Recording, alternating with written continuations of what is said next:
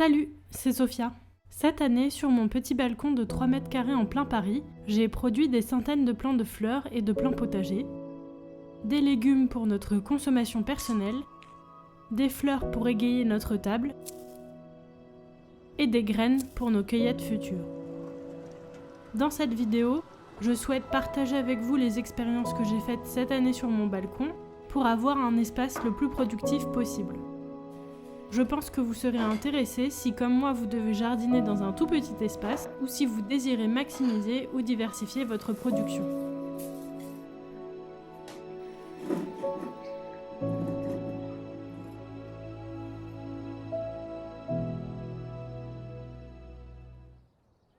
La première chose que j'ai fait cette année et qui a plutôt bien marché, c'est d'avoir réfléchi bien en avance à comment j'allais utiliser mon espace tout au long de l'année.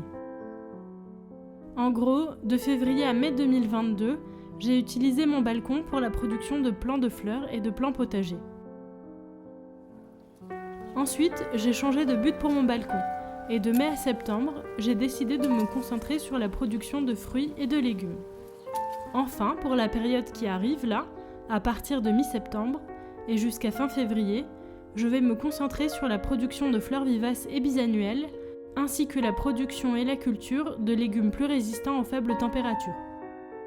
Je pense que quand on a un si petit espace, le fait de bien réfléchir à comment l'exploiter toute l'année est super important. Ça permet de manière très logique d'en augmenter la productivité et de faire des expériences variées. Ça aide aussi à penser à cultiver les bonnes plantes au bon moment. Parce que clairement, essayer de cultiver des salades ou des radis en juillet sur un balcon bétonné qui monte à 40 degrés, ce n'est pas la chose la plus aisée à faire.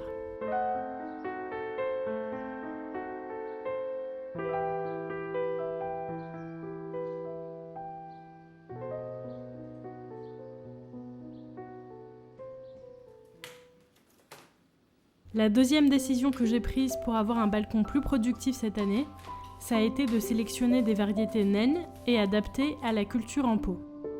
Là où l'année dernière j'avais acheté les premières graines que j'ai trouvées en jardinerie, cette année j'ai fait l'effort de faire un peu plus de recherche et de commander des graines de variétés plus adaptées. Par exemple, j'ai arrêté de cultiver des variétés de tomates indéterminées qui continuent de pousser tant que les jours sont beaux, et j'ai choisi cette année des variétés de tomates déterminées qui sont beaucoup plus compactes mais néanmoins très productives. Pour les poivrons, j'ai sélectionné une variété de poivrons nains et j'ai pris le temps de pincer les jeunes plants pour obtenir des plantes plus touffues et surtout moins hautes. Et puis, j'ai pris soin de choisir des variétés particulièrement productives et productives pendant une longue période. Par exemple, j'ai sélectionné des variétés de fraises remontantes, ce qui fait que j'ai des récoltes de fraises presque sans interruption depuis le mois de juin. Si vous voulez, vous pouvez aussi jouer sur les plantes compagnes et placer différents types de plantes dans le même bac. La troisième expérience que j'ai faite et qui a été une réussite cette année, ça a été d'utiliser l'espace vertical à ma disposition. C'est tout bête, mais on n'y pense pas toujours. Entre janvier et mars, j'ai investi dans 3 serres de 5 étages chacune. J'en ai mis une dans notre chambre et 2 sur notre balcon.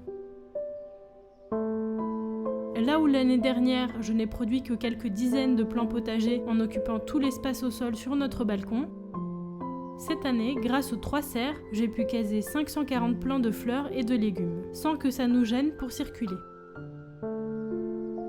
Et quand, en mai, je me suis concentrée sur le fait de produire des légumes, j'ai pu, parce que j'ai choisi des variétés naines et adaptées à la culture en pot, superposer des plantes sur plusieurs étages.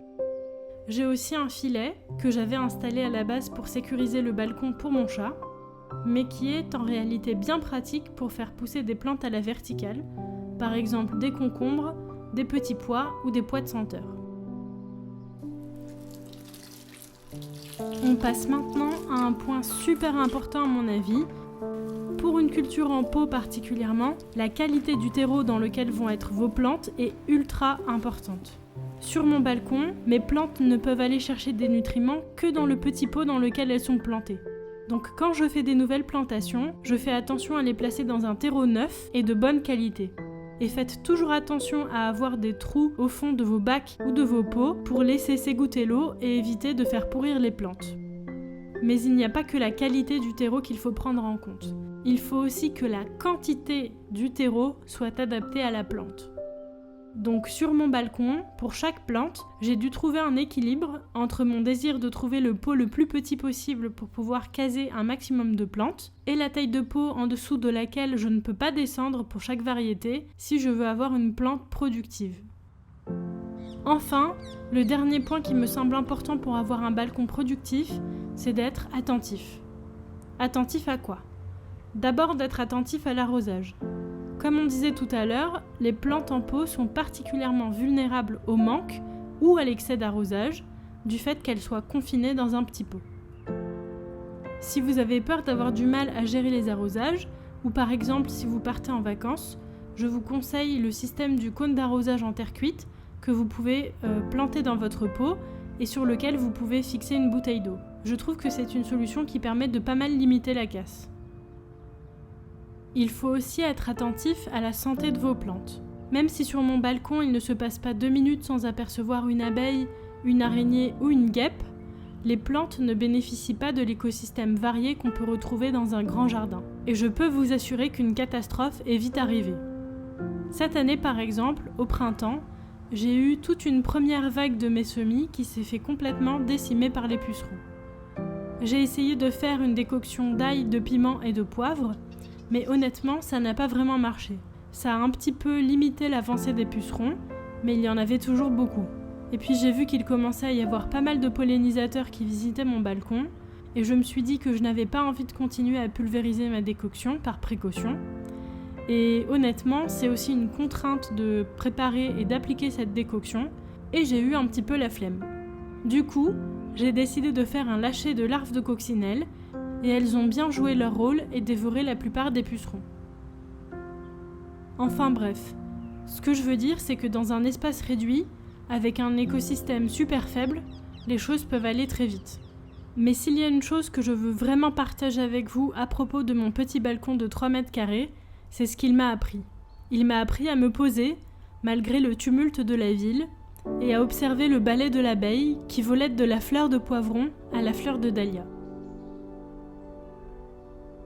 Il m'a rappelé de m'émerveiller de la minuscule graine qui devient plante, puis fleur, puis fruit, puis à nouveau graine. Il n'y a pas d'espace trop petit pour faire pousser quelques légumes si vous en avez envie. Quand je vois mes voisins d'en face qui font pousser des pieds de tomates cerises dans des jardinières rectangulaires sur un rebord de fenêtre, je me rends bien compte qu'on est de plus en plus à désirer expérimenter et à désirer cultiver. Et vous ? Dites-moi, qu'est-ce que vous avez fait pousser cette année ? Ou alors, qu'est-ce que vous avez envie de faire pousser l'année prochaine ? À plus !